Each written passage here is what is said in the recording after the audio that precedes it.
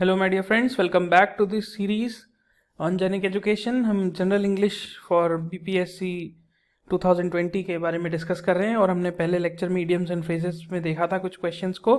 Now चलिए उसी part को आगे बढ़ाते हैं। This is the idioms and phrases part 2।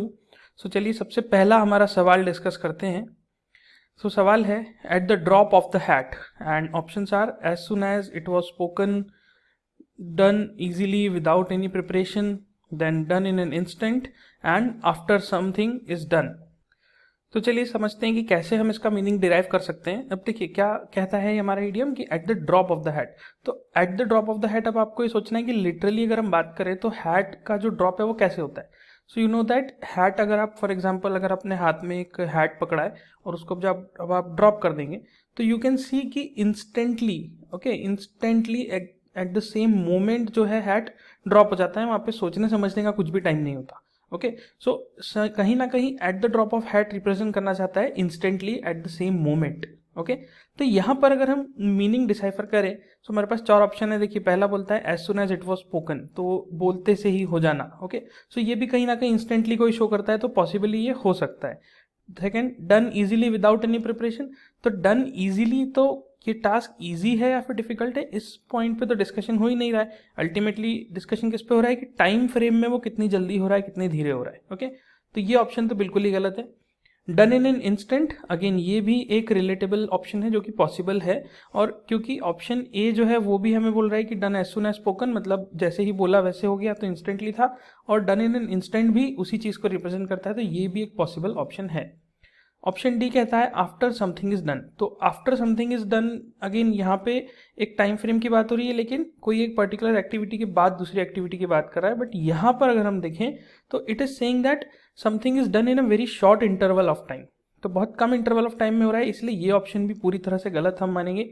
Okay, तो हमारे पास दो चॉइसेस बची है, ऑप्शन ए और ऑप्शन सी। अब हम किसको एक्सेप्ट करें और किसको रिजेक्ट करें, तो देखिए ऑप्शन ए बोलता है as soon as it was spoken, और ऑप्शन सी बोलता है डन इन एन इंस्टेंट। तो देखिए जब ड्रॉप हैट का जब ड्रॉप हुआ, ओके, तो हैट के ड्रॉप में जो टाइम फ्रेम था that was very minute. Okay, वो बहुत ही छोटा था, विद इन सेकेंड्स ये जो ड्रॉप है, ओके, विद इन सेकेंड्स ये ड्रॉप कंप्लीट हो गया। तो डेफिनेटली यहाँ पर सोचने समझने के टाइम को हम कंसिडर नहीं कर रहे हैं। हम ये बोल रहे हैं कि at the drop of head मतलब बिल्कुल इंस्टेंटली हो गया, without any thinking, without any rational knowledge और ऐसा कुछ नेशनल थिंकिंग अप्लाई करे बिना।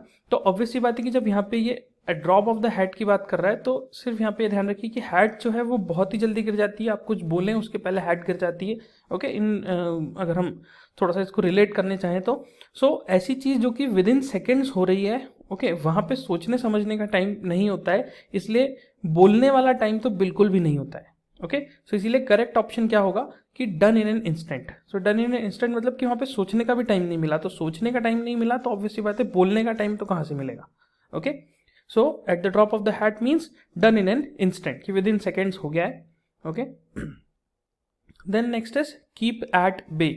So first option is keep at a distance, keep at a seashore, keep in mind and keep thinking about something। तो देखिए keep at बे का basically meaning क्या होता है कि आप किसी चीज को कंट्रोल करें। Okay, control something. Okay, control something and prevent करें किसी चीज को, बेसिकली इस तरह से अगर हम सोचें तो कंट्रोल समथिंग और प्रिवेंट समथिंग, ये बेसिकली मीनिंग होता है कीप एट बे का। तो प्रिवेंट समथिंग मतलब कि किसी चीज़ से आप दूरी बना के रखें, किसी चीज़ को आप अवॉइड करें। So in that way keep at bay में अगर हम ऑप्शंस को मैच करना चाहें तो देखिए पहला ऑप्शन है कीप एट अ डिस्टेंस। ये पॉसिबल ऑप्शन है क्योंकि किसी चीज़ से दूरी बना के रखना, किसी चीज़ को कंट्रोल करना। ओके, टू प्रिवेंट समथिंग मतलब आप एक तरह से कह सकते हैं कि प्रॉब्लम्स से आप दूर होना चाहते हैं, so you keep the problems at bay. Okay, so when you keep the problems at bay it means आप प्रॉब्लम से डिस्टेंस बना के रखना चाहते हैं। सो बेसिकली यहाँ पर डिस्टेंस बनाने की बात ही हो रही है। तो अगर हम सेकंड ऑप्शन को देखें ध्यान से तो कीप एट अ सी शोर, तो जैसा मैंने कहा था फिगरेटिव और लिटरल मीनिंग में बिल्कुल भी डिफरेंस होता है यहाँ पे, तो ये ऑप्शन नहीं हो सकता। कीप इन माइंड अगेन नहीं हो सकता। Okay, keep thinking about something again ये ऑप्शन भी रॉन्ग है, क्योंकि कीप एट बे का बेसिक मीनिंग होगा कि टू प्रिवेंट समथिंग और to avoid something. Okay, to avoid getting into trouble। okay, so you should keep at bay, keep the problems at bay, इस तरह से अगर हम स्टेटमेंट बोलना चाहें, so keep at a distance will be the perfect option। चलिए अगले question पे आते हैं. A man of straw, a man with no means, a generous man, a man of character, a man of no substance. So these are the 4 options. तो अब देखिए इसका meaning कैसे डिराइव करेंगे वो सोचते. देखिए अब मैन का मीनिंग तो ऑब्वियसली बात है, ह्यूमन बीइंग की बात कर रहा है वो. लेकिन व्हाट इज स्ट्रॉ? स्ट्रॉ क्या होता है? तो स्ट्रॉ आपने सुना होगा बेसिकली जब ग्रेन्स के जो प्लांट्स होते हैं, ओके, तो जब उसमें से ग्रेन्स हम निकाल लेते हैं, एक्सट्रैक्ट कर लेते हैं, जो बहुत पतले से स्टेम्स जैसा बच जाता है, that is basically a straw. Okay, अब ये स्ट्रॉ कैसा होता है? ये बहुत ही नाजुक होता है, बहुत ही कमजोर होता है. ये एक सिंगल ऐसा स्टैंड नहीं कर सकता. जैसे कि अगर आप पेन को होल्ड करें तो पेन जो है वो रिजिड है, वो स्टैंड कर सकता है, बट ये स्ट्रॉ जो है ये बहुत ही पतला होता है और ये स्टैंड नहीं कर सकता. तो अब आप यहाँ से रिलेट करने की कोशिश कीजिए कि अब मैन ऑफ स्ट्रॉ मतलब एक स्ट्रॉ क्या चीज़ हुई? एक बहुत ही नाजुक सी चीज़ हुई, या फिर ऐसा कहा जाए कि स्ट्रॉ कोई बहुत सब्सटेंशियली स्ट्रॉन्ग नहीं है जो कि स्टैंड कर पाए. तो अ मैन ऑफ स्ट्रॉ का बेसिक मीनिंग ये हुआ कि एक पर्सन जो कि स्टैंड नहीं करता, तो स्टैंड नहीं लेता. ओके, तो स्टैंड नहीं लेना मतलब क्या हुआ कि एक पर्सन बेसिकली कोई भी कमिटमेंट को फुलफिल नहीं करता, एक पर्सन जो कि रिलायबल नहीं है इस वे में. ओके, जैसे कि आपने बोला कि फाइनेंशियल कमिटमेंट करा किसी से कि लेट सपोज आपने किसी से कुछ 100 रुपीज़ लिए, 200 रुपीज़ लिए, और आपने कहा कि I will return you in week और मंथ, बट आपने रिटर्न नहीं किया. तो बेसिकली आपने अपनी बात का जो स्टैंड है वो नहीं लिया. इट मीन्स आपका you are basically a man of straw, कि अगर आपने इस तरह का एक्टिविटी किया. यहाँ पर स्ट्रॉ का बेसिकली जो लिटरल मीनिंग होता है वो यही होता है कि जो ग्रेन्स का जो प्लांट का स्टेम बच जाता है उसे हम स्ट्रॉ कहते हैं, और ये बहुत ही वीक होता है. ओके, तो ये स्टैंड नहीं कर सकता. तो अ मैन ऑफ स्ट्रॉ का बेसिकली यही मीनिंग हुआ, a person who does not follow what he she says. Okay, अब ये मैन ऑफ स्ट्रॉ ऐसा क्यों बोला? तो देखिए इसके कोई ऐसा वो नहीं है कि ये वुमेन ऑफ स्ट्रॉ नहीं हो सकता क्या? बिल्कुल हो सकता है, पॉसिबल है यहाँ पे. तो ऐसा कोई स्पेसिफिकली टारगेट करने की बात नहीं हो रही कि मैन ऑफ स्ट्रॉ में मैन को ही टारगेट किया जा रहा है, ऐसा कोई इशू नहीं है. तो डेफिनेटली यहाँ पर जो पर्सन अपनी बात को स्टैंड नहीं करता, तो a man with no means ये भी पॉसिबल ऑप्शन है. अ जेनरस मैन तो बिल्कुल नहीं हो सकता. Okay, a man of character नहीं, ये भी नहीं हो सकता. ओके, तो अब हमारे पास एक ऑप्शन बचा है, a man of no substance. तो देखिए यहाँ पे बात किस चीज़ की हो रही है कि वो स्टैंड ले रहा है कि नहीं, अपनी पर्टिकुलर जो बात है उसके ऊपर स्टैंड ले रहा है कि नहीं, अपने कमिटमेंट फुलफिल कर रहा है कि नहीं. तो ऑब्वियसली बात है यहाँ पे मीन्स की बिल्कुल भी हम बात नहीं कर रहे कि उसके पास कोई मीन्स, मतलब बेसिकली क्या हुआ कि कोई उसके पास सोर्स हुआ, कोई दूसरा रास्ता हुआ, that you have no means to get out of this problem और समथिंग. जब हम बोलते हैं इस तरह से, तो आपके पास कोई होप या कोई स्टेटमेंट या फिर कोई सोर्स नहीं बचा है जिसके वजह से आप कोई एक पर्टिकुलर काम कर पाए. तो यहाँ पर मीन्स जो है वो बेसिकली एक सोर्स को रिप्रेजेंट कर रहा है. जैसे कि आपने देखा होगा बचपन में अपन पढ़ते थे मीन्स ऑफ ट्रांसपोर्ट्स जब हम बोलते हैं, तो बेसिकली वो सोर्स की बात है. तो यहाँ पर सोर्स की कोई बात नहीं, यहाँ पे सब्सटेंस की बात है. सब्सटेंस का मतलब है standing by on your whatever you say. Okay, standing by on your statements. तो definitely correct answer is a man of no substance. Okay, तो you can imagine, you can understand कि आप straw word से यहाँ particularly इस idiom को याद रख सकते हैं. ओके, चलिए नेक्स्ट पे मूव करते हैं. नेक्स्ट है give cold shoulder. Okay, so shiver, दूसरा है कोल्ड मीट. ओके, तीसरा है to ignore and to support. तो अगर हम यहाँ पे जस्ट सोचें कि कोल्ड शोल्डर का क्या मीनिंग हो सकता है, तो देखिए आपने हिंदी में कहावत ज़रूर सुनी है कि किसी को आपने लेट सपोज कंधा दिया, तो कंधा दिया मतलब बेसिकली क्या हुआ, शोल्डर दिया मतलब क्या हुआ बेसिकली कि आपने उसे सपोर्ट किया. ओके, किसी पर्टिकुलर वर्क में सपोर्ट किया. ओके, जैसे कि आपने अपने फ्रेंड्स को सपोर्ट किया, किसी पर्टिकुलर चीज़ में, या फैमिली को सपोर्ट किया. सो that is shoulder is representing that support. Okay, now what is cold? Okay, तो कोल्ड जैसा कि अगर हम बोले तो कोल्ड बेसिकली एक निगेटिविटी को शो कर रहा है. कोल्ड मतलब जैसे हम बोलते हैं कि कोल्ड रिस्पॉन्स आया. ओके, तो कोल्ड रिस्पॉन्स का मतलब क्या हुआ कि बहुत कोई एक्टिव रिस्पॉन्स नहीं था, बहुत ही ढीला ढाला सा रिस्पॉन्स आया कि ओके ये एक्टिविटी हुई इसलिए देयर इज अ रिस्पॉन्स जो आया इसका वो बहुत ही कोई बहुत रिजिड नहीं आया. Okay, so in this way हम बोल सकते हैं यहाँ पे. तो cold is showing a negativity of support. तो बेसिकली आप किसी को कोल्ड शोल्डर दिखा रहे हैं, इसका मतलब क्या हुआ कि कोई पर्सन आ रहा है आपके पास, वो सपोर्ट मांगने, तो आप उसको सपोर्ट नहीं कर रहे. तो सपोर्ट नहीं आप कब करेंगे, जब आप उसे पर्टिकुलरली इग्नोर कर रहे होंगे. तो डेफिनेटली यहाँ पर करेक्ट ऑप्शन क्या होगा, इग्नोर. ओके, चलिए नेक्स्ट पे मूव करते हैं. Hold one's horse. तो पहला ऑप्शन है keep one's expectation. Okay, to keep one's gift. Okay, then have patience and then high on energy. तो अब ये सोचिए कि यहाँ पर हम कैसे इसका मीनिंग डिसाइफर करें। तो देखिए, होल्ड वंस हॉर्स में ये जो हॉर्स है ये किस चीज़ को रिप्रेजेंट कर रहा है? क्या ये लिटरली हॉर्स को रिप्रेजेंट कर रहा है? हाँ, हम कह सकते हैं कि हाँ लिटरली हॉर्स को, लेकिन ये हॉर्स के एक कैरेक्टर को रिप्रेजेंट कर रहा है। हॉर्स की एक कैरेक्टरिस्टिक होती है उसको रिप्रेजेंट कर रहा है, and that is energy. Okay, you know that horse काफ़ी एनर्जेटिक होते हैं। तो यहाँ पर अगर हम हॉर्स की बात करें तो ये बेसिकली हॉर्स का जो एनर्जी लेवल है उसको रिप्रेजेंट कर रहा है कि वो हमेशा भागते रहते हैं और काफ़ी स्ट्रांग होते हैं एंड ऑल दोस। तो यहाँ पे बेसिकली हॉर्स को हम एनर्जी से शो करना चाह रहे हैं। ओके, तो अब ये बोल क्या रहा है, देखिए, होल्ड वंस हॉर्स मतलब आपको होल्ड करना चाहिए अपने खुद के हॉर्स को। तो आपका खुद का हॉर्स मतलब आपकी खुद की एनर्जी को। So when someone is saying that hold your energy, तो एनर्जी होल्ड करने का क्या मीनिंग हुआ? क्या वो एक्सपेक्टेशन से रिलेटेड हुआ? नहीं, बिल्कुल भी नहीं। क्या वो गिफ्ट से रिलेटेड हुआ? लिटिल मीनिंग नहीं होता है यहाँ पे, तो इसलिए हम इसको तो हटा देते हैं। ओके, फिर सी और डी बचे। तो सी ऑप्शन है हैव पेशेंस, और फोर्थ है हाई ऑन एनर्जी। तो अब देखिए यहाँ पे वो क्या बोल रहा है कि आपको अपने हॉर्स को होल्ड करना है। तो अगर हम होल्ड करने की बात करें तो high on energy is definitely ये हॉर्स की कैरेक्टरिस्टिक को रिप्रेजेंट कर रहा है, लेकिन यहाँ पे हम उसे होल्ड करने की बात कर रहे हैं, इसीलिए हम पेशेंस रखने की बात कर रहे हैं कि आपको कोई एक्टिविटी हो बहुत एनर्जेटिक होके क्विकली नहीं करना है, क्विकली रिएक्ट नहीं करना है, आपको पेशेंस मेंटेन करना है। सो होल्ड वंस हॉर्स मतलब कि आपको पेशेंस रखना है। ओके, चलिए अगले पे आते हैं। Next is hornets nest.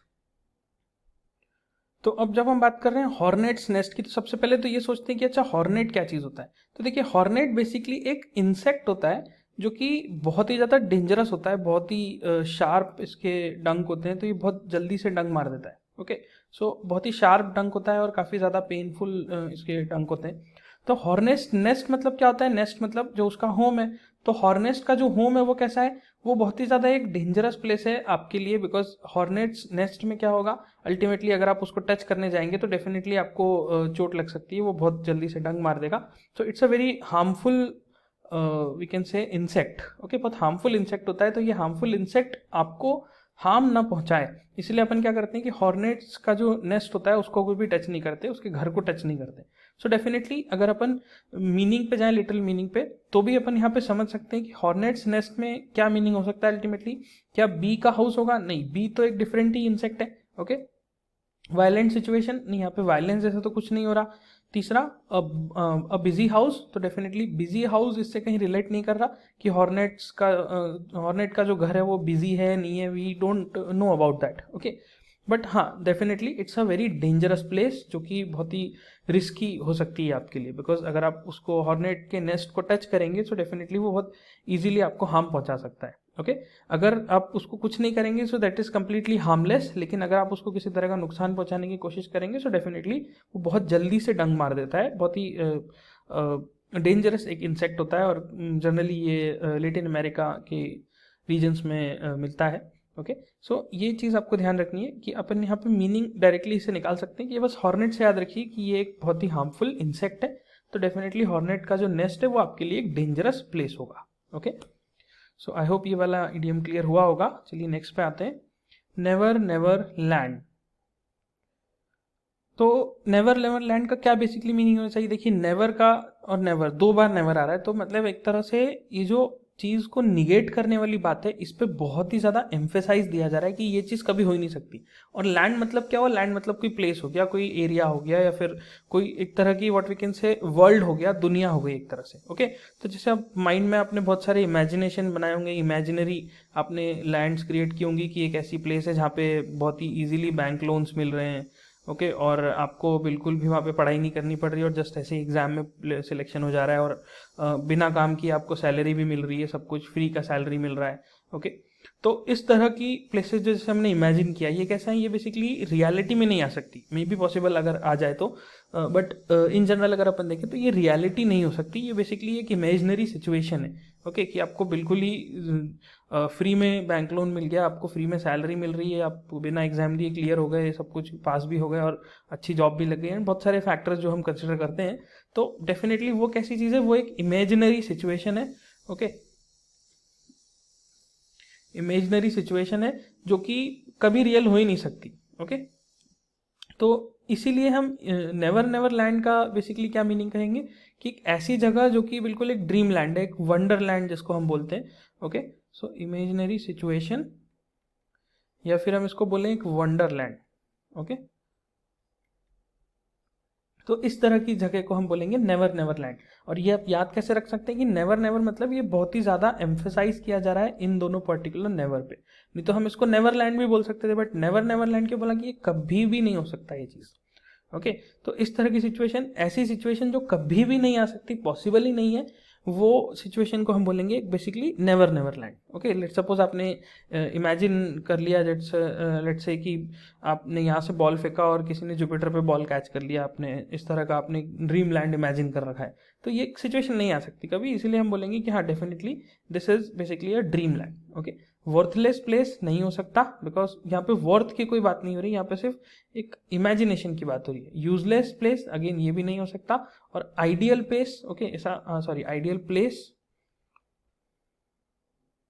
Okay now ideal place का मतलब क्या हुआ कि एक आइडियल सिचुएशन की ऐसा परफेक्टली हो रहा है। तो यहां पर हम किस चीज को शो करना चाह रहे हैं, आइडियल प्लेस में बेसिकली क्या होगा कि कोई एक प्रोसेस है, कोई एक तरीका है, वो बिल्कुल आइडियली, जैसे हम बोले कि इंडिया में बिल्कुल भी करप्शन नहीं है, तो वो कैसा है, वो एक आइडियल प्लेस है, वो पॉसिबल है, कभी ना कभी हो सकता है, लेकिन एक ऐसी चीज जो कभी भी नहीं हो सकती उसको हम बोलेंगे बेसिकली ड्रीम लैंड। तो इसलिए आइडियल प्लेस और ड्रीम लैंड में एक डिफरेंस आ जाएगा। ओके, तो इसलिए करेक्ट आंसर क्या होगा, ड्रीम लैंड। ओके, चलिए नेक्स्ट पे आते हैं, एट वंस फिंगर टिप्स। तो ये तो बहुत ही कॉमन नॉलेज है, मतलब कॉमन ईडियम है जो कि आप इजीली समझ सकते हैं, हम बहुत बार ये यूज़ भी करते हैं कि टिप पे होना चाहिए ये पर्टिकुलर चीज़। Okay, so at one fingertip में to take revenge, matter of shame, complete knowledge और नन ऑफ द अबव। तो देखिए चैलेंज कहाँ आ रहा है बेसिकली, ठीक है, we know that at once fingertip मतलब something which is readily available. Okay, readily available, जैसे आपने कहा कि all the formulae are on my finger tips, तो इसका मतलब क्या हुआ कि सारे फॉर्मूले आपको बहुत इजीली याद है, वो इजीली एक्सेस हो सकते हैं। ओके, इजीली एक्सेसिबल, तो ऐसी चीज़ जो इजीली एक्सेस हो जाए, ओके, या फिर आपके पास रेडीली अवेलेबल हो, उसको हम कहेंगे कि that is at my finger tips और एट वंस फिंगर टिप्स। लेकिन अब ये क्यों क्वेश्चन थोड़ा सा टिपिकल हो रहा है, इट्स बिकॉज कि अगर अपन ऑप्शंस को देखें तो देखिए टू टेक रिवेंज, ये तो कभी भी नहीं हो सकता। मैटर ऑफ शेम, अगेन ये भी शेम जैसी कोई बात ही नहीं है यहाँ पे। तीसरा आता है कंप्लीट नॉलेज, और चौथा आता है नन ऑफ द अबव। तो अब यहाँ पे आपको बहुत डिसाइसिव होना पड़ेगा कि कंप्लीट नॉलेज और नन ऑफ द अबव में क्या डिफरेंस हो सकता है, क्या कंप्लीट नॉलेज इसका करेक्ट आंसर है, या फिर इन चारों में से कोई ऑप्शन ही करेक्ट, सॉरी इन तीनों में से कोई ऑप्शन ही करेक्ट नहीं है और none of the above correct answer है, कौन सा होना चाहिए। तो ये आप किस बेसिस पे जज करेंगे, देखिए अगर हम प्रॉपरली इसका मीनिंग देखें, सो एट वंस फिंगर टिप्स, तो एट वंस फिंगर टिप्स में क्या है कि ऐसी चीज जो रेडीली अवेलेबल है आपके पास, ओके, कि वो आपके एक्सेस में है। ओके, तो इस तरह की जब हम चीज बोल रहे हैं, ऑब्वियसली बात है कि यहाँ पे किसी ना किसी इंफॉर्मेशन के बारे में बोल रहा है कि information is readily available. Okay, information is at your fingertip, so all the information is at your fingertip, अगर हम इस तरह से कहें तो यहाँ पर डेफिनेटली बात किसकी आ रही है कि हाँ एक ऐसी इंफॉर्मेशन है जो कि आपके पास इजीली एक्सेसिबल है और इजीली अवेलेबल है, सब कुछ है। तो डेफिनेटली ये किस चीज़ को शो कर रहा है, ये शो कर रहा है कि हाँ आपके पास सारा इंफॉर्मेशन, जो सारा नॉलेज है वो अवेलेबल है। सो दैट्स वाई यहाँ पे करेक्ट आंसर होगा कंप्लीट नॉलेज। ओके, सो ये अल्टीमेटली क्या है, एक इन्फॉर्मेशन के लिए जनरली ईडियम यूज़ होता है कि एट वंस फिंगर टिप। तो जनरली दूसरी चीज़ों के लिए हम यूज़ नहीं करते, जैसे कि आप बोले कि my bike is at my finger tips, तो ये स्टेटमेंट गलत हो जाएगा क्योंकि ultimately bike is not an information, it's an object. तो यहाँ पर we are just specifically talking about the information. Okay, so देखिए इंग्लिश में मीनिंग के साथ साथ ये समझना ज़रूरी है कि वो किस कॉन्टेक्स्ट में कोई पर्टिकुलर ईडियम या फिर कोई पर्टिकुलर वर्ड जो है वो यूज़ हो रहा है, तो context is also very very important point. Okay, so I hope ये क्लियर हुआ होगा। चलिए नेक्स्ट पे आते हैं, at the spur of the moment. So at the spur of the moment, first option is difficult moment, without delay, great moment और very slow. तो अगर हम इस पर्टिकुलर इडियम का मीनिंग डिसाइफर करना चाहें तो देखिए मोमेंट का मतलब क्या हुआ, मोमेंट बस बेसिकली टाइम को रिप्रेजेंट कर रहा है। ओके, या फिर ऐसा कहा जाए मोमेंट मतलब वेरी एक कोई पर्टिकुलर टाइम फ्रेम को रिप्रेजेंट कर रहा है। ओके, टाइम फ्रेम या फिर कहें टाइम इंटरवल को। स्पर का मीनिंग क्या हुआ, तो स्पर का मीनिंग होता है देखिए क्विक। ओके, सो क्विक, कोई चीज़ बहुत ही फास्ट हो जाए। So at the spur of the moment मतलब बहुत ही छोटे टाइम इंटरवल में, इन वेरी स्मॉल और शॉर्ट टाइम इंटरवल। तो ऐसी चीज जो कि बहुत ही छोटे टाइम इंटरवल में हो जा रही है, उसके लिए हम क्या कहेंगे कि that particular action is performed और that particular event happened at the spur of the moment, मतलब बहुत ही क्विकली हो गया। अगर हम और इसका डिटेल में मीनिंग देखें तो इसका बेसिकली मीनिंग होता है something happened without planning. Okay, something which is happening without any planning, without any discussion, मतलब एक ऐसी चीज जो बिल्कुल सडनली हो गई। ओके, सडनली हैपनिंग ऐसी कोई चीज है। So at the spur of the moment, जैसे कि फॉर एग्जांपल आपको सामने दिखा कि लेट सपोज रेड लाइट है, सो आपने ब्रेक लगाया at the spur of the moment, मतलब उसके लिए आपने कोई ऐसा प्लानिंग नहीं करा था कि मुझे ब्रेक लगाना है। यहाँ पे सडनली आपको एक रेड लाइट दिख गई या फिर सडनली सामने से कोई रोड पे बीच में आ गया, तो डेफिनेटली वहां पर जो मोमेंट है वो प्लान्ड नहीं था, वो क्विक हुआ, एट द सेम मोमेंट हुआ। ओके, वो काफी ज्यादा इन्फिनिटेसिमली स्मॉल अमाउंट ऑफ टाइम में वो चीज हो गई।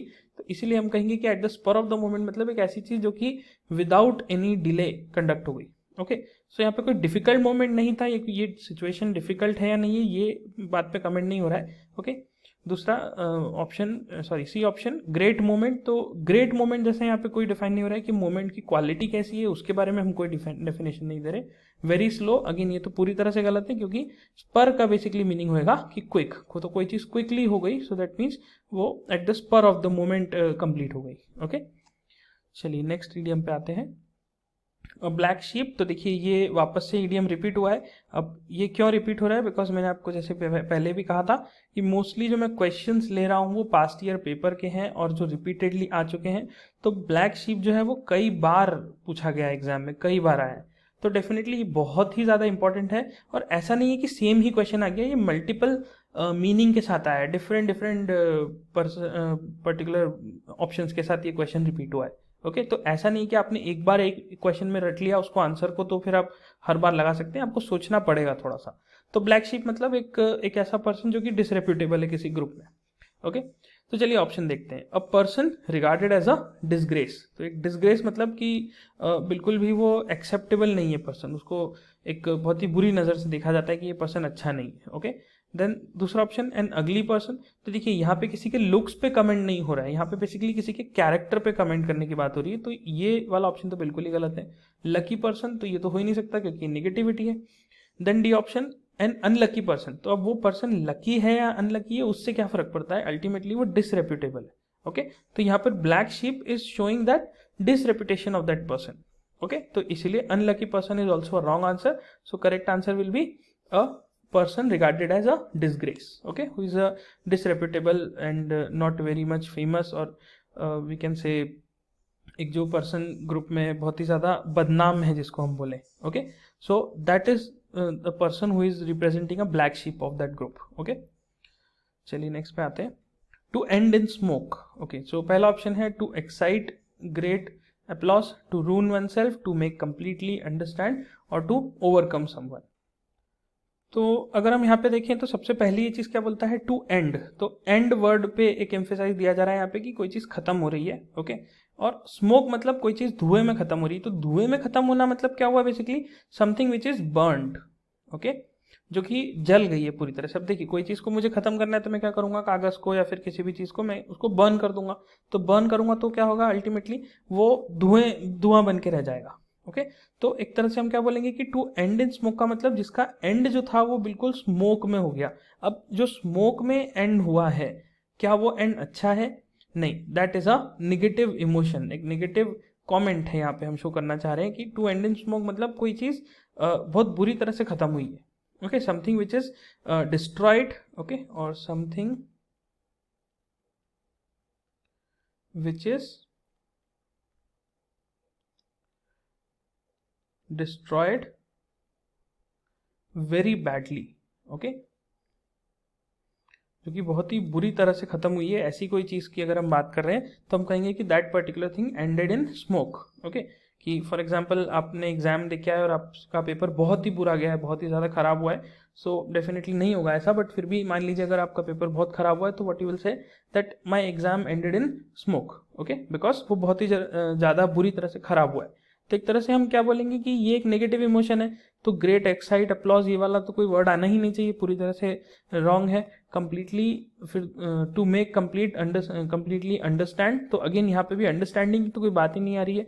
और फोर्थ ऑप्शन आ रहा है टू ओवरकम समवन, तो यहाँ ओवरकमिंग की भी कोई बात नहीं हो रही, यहाँ पे जस्ट एक एंड होने की बात हो रही है। तो इसलिए करेक्ट आंसर क्या है, to ruin oneself, because end हो रहा है स्मोक में, मतलब कोई चीज बर्न हो रही है और बर्न होके बहुत ही बैडली उसका एंड हो रहा है, ओके, बहुत ही बैडली डिस्ट्रॉय हो रही है, तो उस पर्टिकुलर सिचुएशन के लिए हम कहेंगे टू एंड इन स्मोक। चलिए 12th क्वेश्चन आते हैं। So it says at a loss, so at a loss is again a phrase यहाँ पे। So at a relation loss, at a business loss, unable to decide और lost everything. तो अब इस चीज़ को हम कैसे डिसाइफर करें, इस तरह की सिचुएशन को हम कैसे डील करें कि इस तरह का एक सिंपल, दिखने में बहुत ही सिंपल सा यहाँ पे फ्रेज हमारे पास है, एट अ लॉस। तो क्या मीनिंग निकालें इसका? तो जैसे कि मैंने आपको पहले भी कहा था कि दो तरह के मीनिंग होते हैं, एक होता है लिटरल मीनिंग और दूसरा होता है फिगरेटिव मीनिंग, ओके। तो फिगरेटिव और लिटल में डिफरेंस क्या है? तो देखिए, अगर आप कोई सिचुएशन में, लेट सपोज आप कोई बुरी सिचुएशन में फंसते हैं, या फिर मान लीजिए आपको कोई आपने कुछ ऐसा काम किया जिससे कि आपको, लेट सपोज आपका कोई भांडा फूट गया, ऐसा हम बोलते हैं, या फिर हम कहें कि गई गई भैंस पानी में, तो क्या लिटरली कोई भैंस पानी में जा रही है, ऐसा हो रहा है क्या? नहीं हो रहा है ना, ऑब्वियसली। तो हम कहेंगे कि वो जो सेंटेंस है उसका मीनिंग एक फिगरेटिव वे में लिया जा रहा है, कि गई भैंस पानी में मतलब कि वो चीज़ नहीं हुआ जो आप चाह रहे थे करना, ओके। सो यहाँ पर लिटरल और फिगरेटिव मीनिंग में इडियम्स और फ्रेजेस क्यों यूज किए जाते हैं? क्योंकि हर बार हम एक फिगरेटिव मीनिंग से किसी और सिचुएशन को रिप्रेजेंट करते हैं, ओके। मतलब मैं सिंपल लैंग्वेज में बोल सकता हूँ कि उसका एग्जाम खराब हो गया, जैसे मान लो ये पिछले वाले क्वेश्चन में हमने देखा, मैं सिंपल लैंग्वेज में बोल सकता हूँ कि my exam wasn't went well, okay, ऐसा मैं बोल सकता हूँ कि मेरा एग्जाम अच्छा नहीं हुआ। लेकिन मैं अगर उसको थोड़ा सा और डिफरेंट वे में बोल रहा हूँ कि my exam ended in smoke, तो उसका ये मतलब नहीं कि मैंने लिटरली पेपर को आग लगा दी, ऐसा नहीं किया है मैंने, ओके। मेरा exam ended in smoke, it means मेरा एग्जाम बुरा हुआ है, तो यहाँ पे मैं एंडेड इन स्मोक को यूज कर रहा हूँ to show a figurative meaning. तो यहाँ पर भी आपको ध्यान रखना है कि अगर एट अ लॉस जैसा वर्ड आ रहा है तो ये कोई एक्चुअल लॉस की बात नहीं कर रहा है, okay. This does not mean loss of money और loss of any substance, okay, या लॉस ऑफ मैटर, ऐसा नहीं हो रहा है, ओके। कोई टेंजिबल चीज के लॉस की हम यहाँ बात नहीं कर रहे हैं। तो फिर क्या होगा? तो देखिए, एट अ रिलेशन लॉस नहीं, जैसा मैंने कहा आपको कि लॉस जो है वो एज इट इज यहाँ पे नहीं आ रहा है, क्योंकि लॉस का यहाँ पे एक फिगरेटिव मीनिंग लिया जा रहा है, लिटरल मीनिंग नहीं लिया जा रहा है, तो ये ऑप्शन तो गलत होगा। दूसरा, eight a business loss, again यहाँ पे भी लिटरल मीनिंग की बात कर रहे हैं, नहीं हो सकता। तीसरा ऑप्शन, अनेबल टू डिसाइड, हाँ ये हो सकता है, क्योंकि ये कहीं ना कहीं एक डिफरेंट मीनिंग है, ये लिटरल वे में लिया, फिगरेटिव वे में लिया जा रहा है, तो ये एक पॉसिबल ऑप्शन है। बट फिर भी मैं डी को चेक करता हूँ, डी कहता है लॉस्ट एवरीथिंग। तो एट अ लॉस मतलब लॉस्ट एवरीथिंग? नहीं, ऐसा नहीं हो सकता। The reason is very simple, क्योंकि लॉस्ट एवरीथिंग भी कहीं ना कहीं लिटरल मीनिंग को शो कर रहा है। तो करेक्ट आंसर क्या होगा? Unable to decide. तो इट मीन्स अगर आप कोई सिचुएशन में अनडिसाइसिव हो रहे हैं, आपके पास कोई सॉलिड डिसीजन नहीं आ पा रहा है, तो उस सिचुएशन को आप क्या बोलेंगे कि I am eight a loss, okay. So for example, एक क्वेश्चन में आपके दो ऑप्शंस करेक्ट आ रहे हैं, लेट सपोज ए और सी, ओके। तो आप यहाँ पे क्या बोल सकते हैं कि I am eight a loss because I am getting 2 correct options, ये मुझे 2 ऑप्शंस करेक्ट दिख रहे हैं आउट ऑफ 4। तो एक तरह से एट अ लॉस किस चीज को शो कर रहा है? अनेबल टू डिसाइड को, ओके, या फिर कहें इनडिसाइसिवनेस को शो कर रहा है, ओके। जैसे आपने एक बहुत ही फेमस और इडियम सुना होगा, इसको भी मैं लिखता हूं यहाँ पे, that is, okay, let me right here, prisoner of indecision, okay. तो प्रिजनर ऑफ इनडिसीजन क्या होता है? प्रिजनर ऑफ इनडिसीजन का मतलब कि आप किसी सिचुएशन में कोई डिसीजन नहीं ले पा रहे, मतलब एक तरह से आप फंस गए हैं। तो फंसता कौन है? Definitely prisoner. वो प्रिजनर जेल में फंसता है, तो आप भी कहाँ फंस गए? आप एक तरह से इनडिसाइसिवनेस की जेल में फंस गए। सो एट अ लॉस कहें या फिर प्रिजनर ऑफ इनडिसीजन कहें, ये एक ऐसी सिचुएशन को रिप्रेजेंट करता है जहां पर आप कोई डिसीजन नहीं ले पाते, ओके। सो ये एक व्हाट वी कैन से सिनोनिमिकल इडियम हम बोल सकते हैं यहाँ पे, कि प्रिजनर ऑफ इनडिसीजन या फिर eight a loss, okay. So I hope आपको ये क्लियर हुआ होगा। चलिए नेक्स्ट पे मूव करते हैं। So next is put by. So put by first option is keep, then kill, then save and set.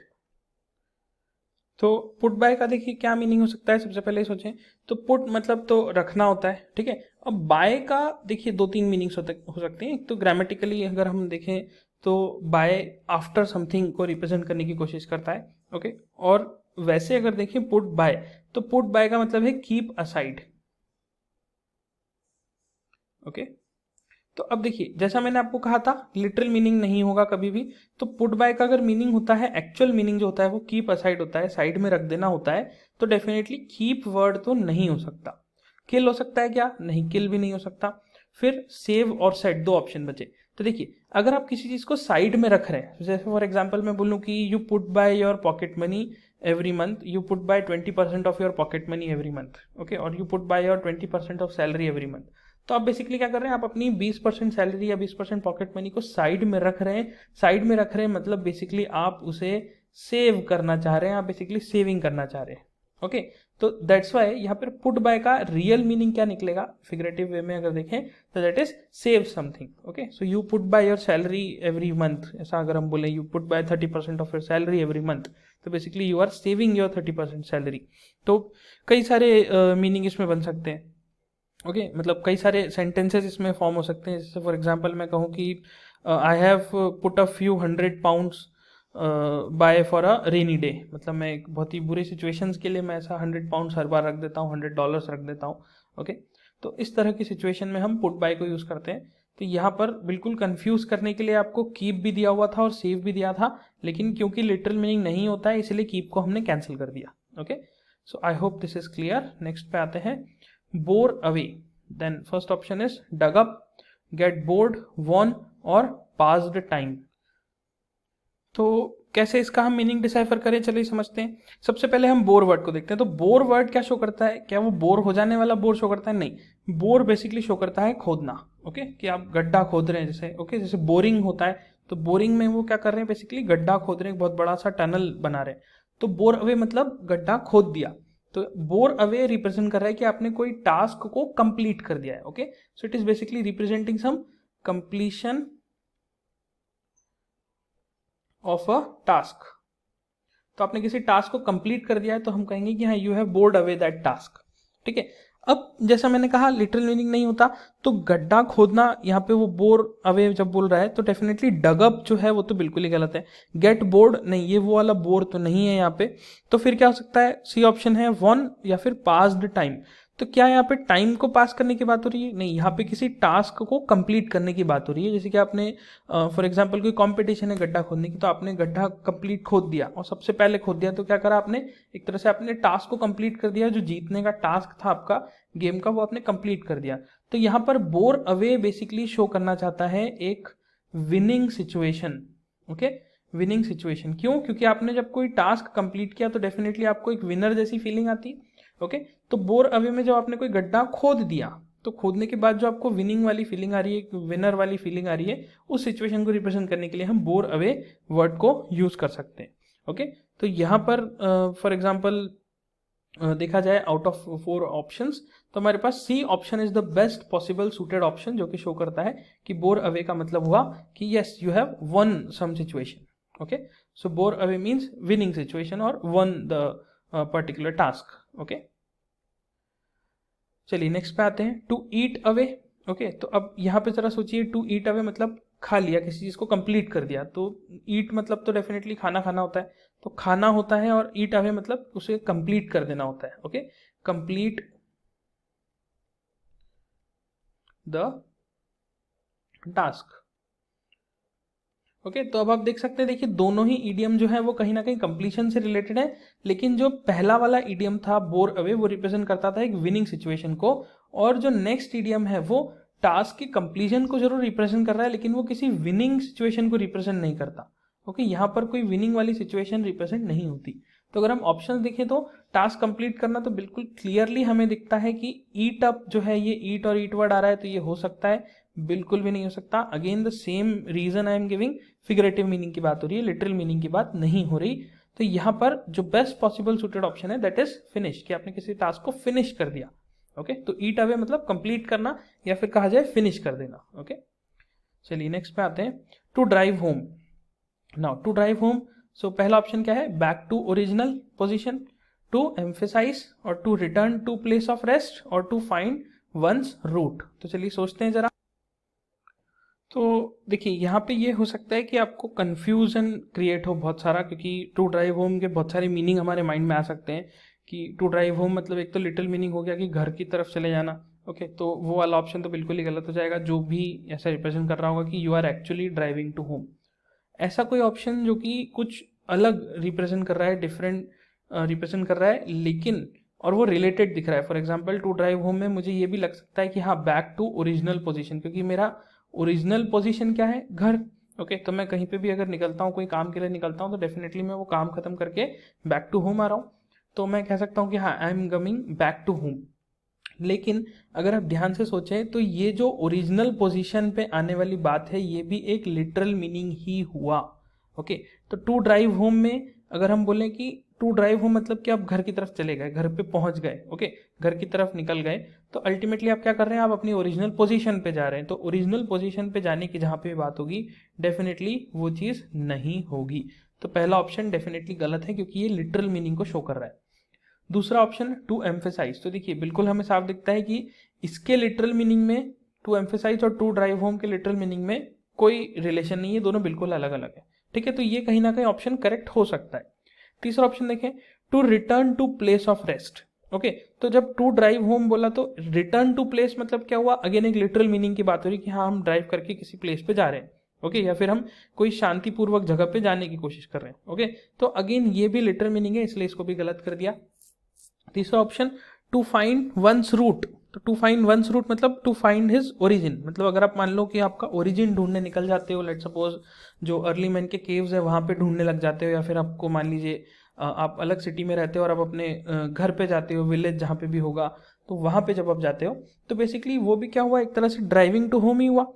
तो अगेन ये भी क्या शो कर रहा है, ये अगेन शो कर रहा है एक लिटरल मीनिंग। तो लिटरल मीनिंग कहीं पे भी नहीं हो सकता, तो इसलिए ये ऑप्शन भी गलत है। तो करेक्ट ऑप्शन क्या है, to emphasize. Okay, I hope आपको सोचने का तरीका समझ में आ रहा होगा कि हम किस तरह से एक ईडियम के मीनिंग को डिसाइफर करना चाह रहे हैं। हम ईडियम के मीनिंग को ईडियम के फॉर्म में ही ले रहे हैं, मतलब ईडियम का जो मीनिंग होगा और जो ईडियम का लिटरल मीनिंग होगा, उन दोनों में बिल्कुल ही सिमिलैरिटी नहीं होगी, वो बिल्कुल डिफरेंट ही होने वाले हैं दोनों। ओके, सो इसी वजह से यहाँ पे टू ड्राइव होम का मतलब क्या निकला कि to emphasize on something. Okay, तो आप किसी चीज पे for example you say that corona news drive you home, तो बेसिकली यहाँ पे हम क्या हो रहा है कि कोरोना न्यूज है वो बहुत ज़्यादा, या फिर न्यूज़ जो है वो बहुत ज़्यादा एक फोकस कर रही है, एक पर्टिकुलर टास्क पे बहुत ज़्यादा एम्फेसाइज दिया जा रहा है। ओके, सो इसीलिए टू ड्राइव होम का बेसिकली मीनिंग होगा टू एम्फेसाइज। चलिए अगले क्वेश्चन पे आते हैं, लॉन्ग फॉर। अब यहाँ पे आप सोचिए जरा लॉन्ग फॉर का क्या मीनिंग होना चाहिए, क्योंकि लिटिल मीनिंग भी हो सकता है और फिगरेटिव भी हो सकता है, तो फिगरेटिव को सोचना है हमें। तो ध्यान से देखते हैं। चलिए, लॉन्ग फॉर का अगर हम लिटरल मीनिंग देखें तो कोई चीज बहुत ही लंबा हुआ। ठीक है, लंबा में क्या हो सकता है कि बहुत ज्यादा डिस्टेंस हुआ। ठीक है, या फिर टाइम के फ्रेम में कोई भी चीज जो किसी लंबाई को या लेंथ को रिप्रेजेंट करती है, ठीक है, उसे हम कह सकते हैं जैसे कि टाइम का इंटरवल हो गया। ओके, टाइम इंटरवल हो गया। तो ऐसी कोई भी चीज जो कि एक्चुअली लॉन्ग को रिप्रेजेंट कर रही है, जो कि एक, सॉरी मैंने यहाँ पे डिस्टेंस की स्पेलिंग में मिस्टेक करा है, मैं राइट इट अगेन।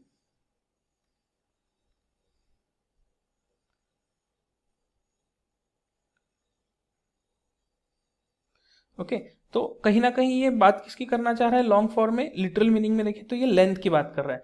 तो ऐसा जो भी ऑप्शन होगा या मीनिंग होगा जो एक्चुअली लेंथ को या फिर एक्चुअली टाइम इंटरवल को शो कर रहा होगा, उसको हम निग्लेक्ट कर देंगे। तो पहला ऑप्शन क्या बोलता है, डिजायर। तो देखिए डिजायर मतलब कि एक इच्छा होता है, तो इच्छा कोई टाइम या फिर डिस्टेंस को रिप्रेजेंट नहीं कर रहा, तो ये पॉसिबली ऑप्शन हो सकता है।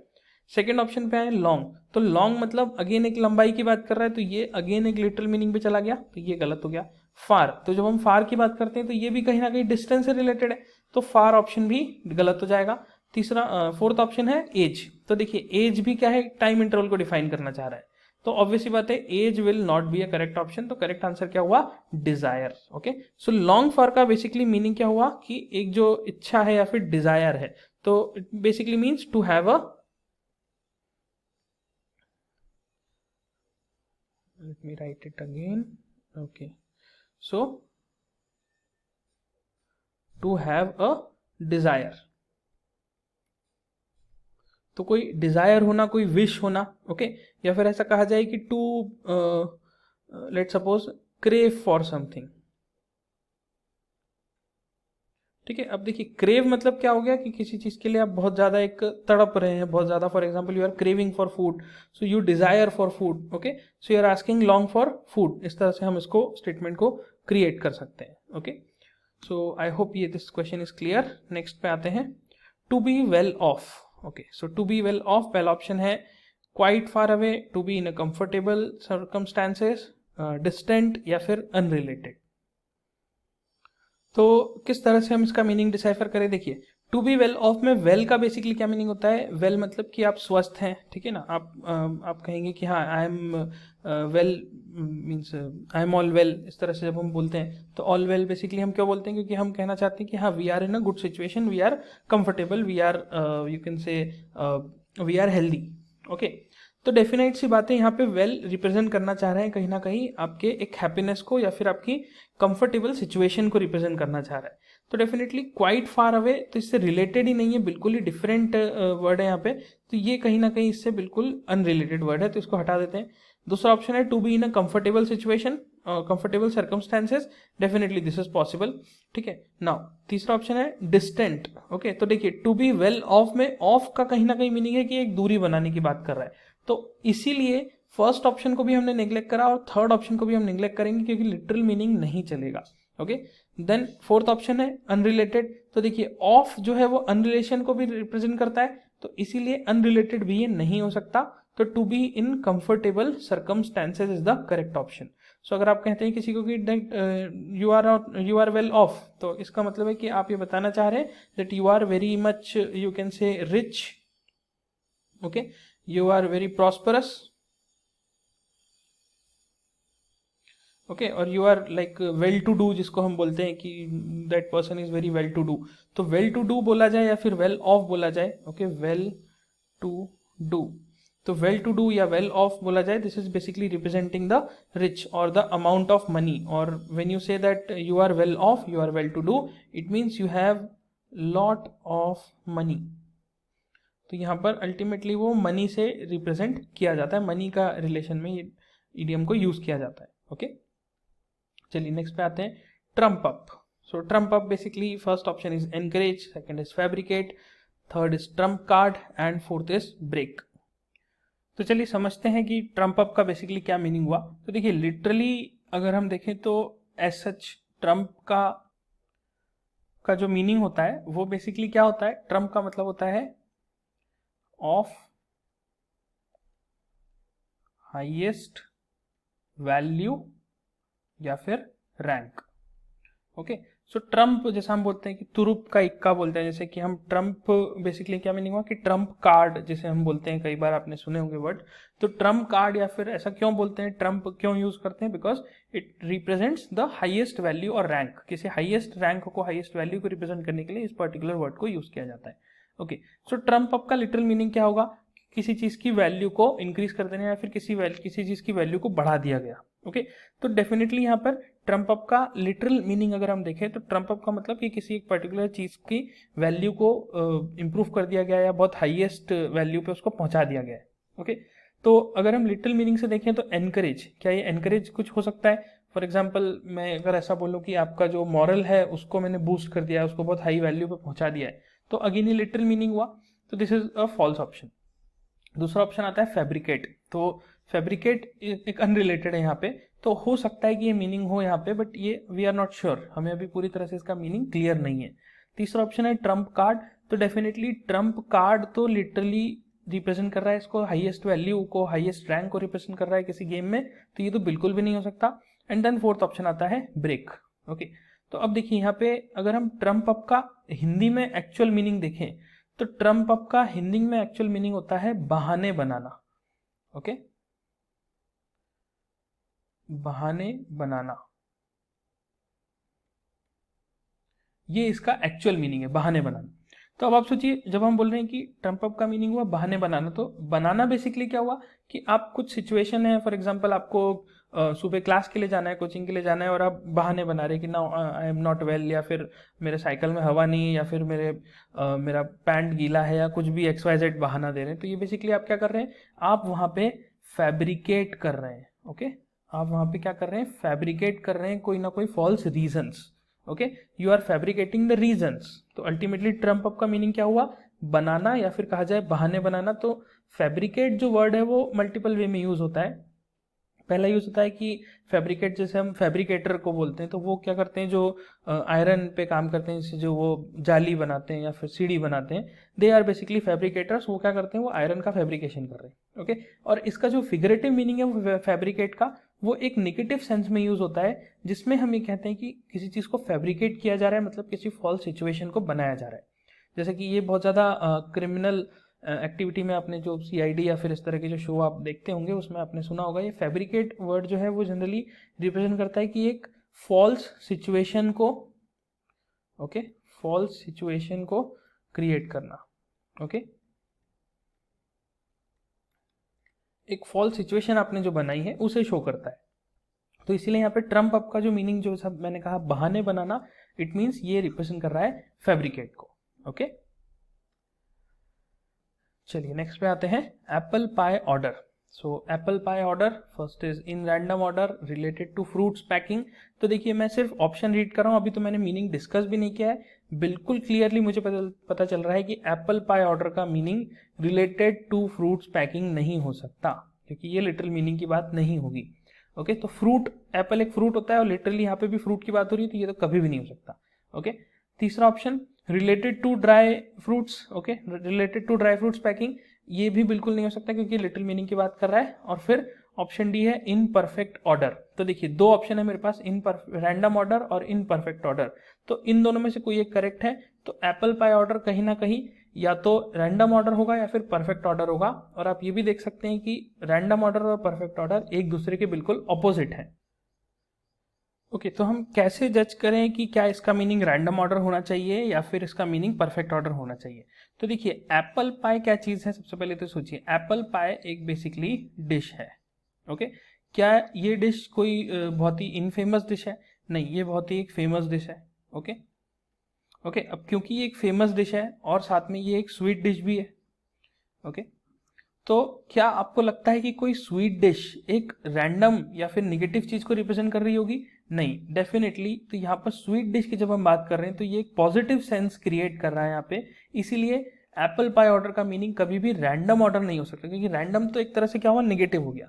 तो एक्चुअली एप्पल पाई ऑर्डर का मीनिंग क्या होगा, ये होगा इन परफेक्ट ऑर्डर। ठीक है, इन परफेक्ट ऑर्डर, या फिर अपन ऐसा कहें कि नीट एंड क्लीन अरेंजमेंट।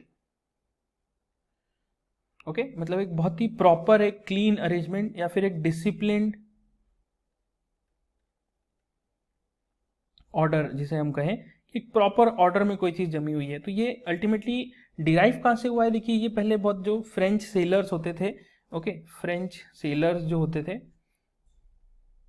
उनके जो अल्टीमेटली वो फूड कंज्यूम करते थे। ओके, तो वो फूड में जनरली एप्पल पाई या इस तरह के स्वीट डिशेस कंज्यूम करना पसंद करते थे। तो क्योंकि वो सेलर्स थे, बेसिकली डिफेंस बैकग्राउंड के थे, आर्मी, यू कैन से नेवी के थे, तो डेफिनेटली वो हर चीज़ ऑर्डर में अरेंज करना पसंद करते थे। तो वहाँ से आम बोलचाल की भाषा में ये वर्ड कॉमन होता चला गया कि जब भी वो फूड जो कंज्यूम करते हैं वो बिल्कुल प्रॉपर ऑर्डर में रख के करते हैं। और वो एप्पल पाई जब कंज्यूम करें तो बहुत ही एक प्रॉपर ऑर्डर में उसको रख के एक डिसिप्लिन वे में कंज्यूम करते हैं। तो वहाँ से ये इडियम क्रिएट होना शुरू हुआ और धीरे धीरे फिर ये आम बोलचाल की भाषा में आ गया कि एप्पल पाई ऑर्डर का मतलब कि एक परफेक्ट या फिर डिसिप्लिन्ड ऑर्डर। तो इसीलिए apple pie order is basically an a perfect order. Okay, so ये हमारा लेक्चर यहाँ पे ख़त्म होता है। आई होप आपको क्लियर हुआ होगा कि ईडियम्स का मीनिंग कैसे डिसाइफर करना है, आपको अंडरस्टैंडिंग डेवलप हो रही होगी। एंड आई वुड से कि जितने ईडियम्स हम डिस्कस कर रहे हैं दे आर सफिशिएंट, आप इनको ही याद रखिए। इसके अलावा आपको एक्स्ट्रा जो है वो जो आप टेस्ट पेपर्स सॉल्व करेंगे या फिर जो क्वेश्चंस सॉल्व करेंगे उसमें आप जितना कर सकें वो वाले कर लीजिए। ऐसा कोई बहुत 100% आपको थाउजेंड्स ऑफ इडियम्स याद करने की आवश्यकता नहीं है, आप काफ़ी सारे मीनिंग्स जो है वो ऑप्शन से ही डिसाइफर कर सकते हैं। आई होप आपको पैटर्न समझ में आ रहा होगा कि किस तरह से आप सोच सकते हैं इन इडियम्स को सॉल्व करने के लिए। ओके, सो यहाँ पे लेक्चर हमारा कंक्लूड होता है। So thank you so much. In the next lecture we will see more idioms and phrases. Thank you.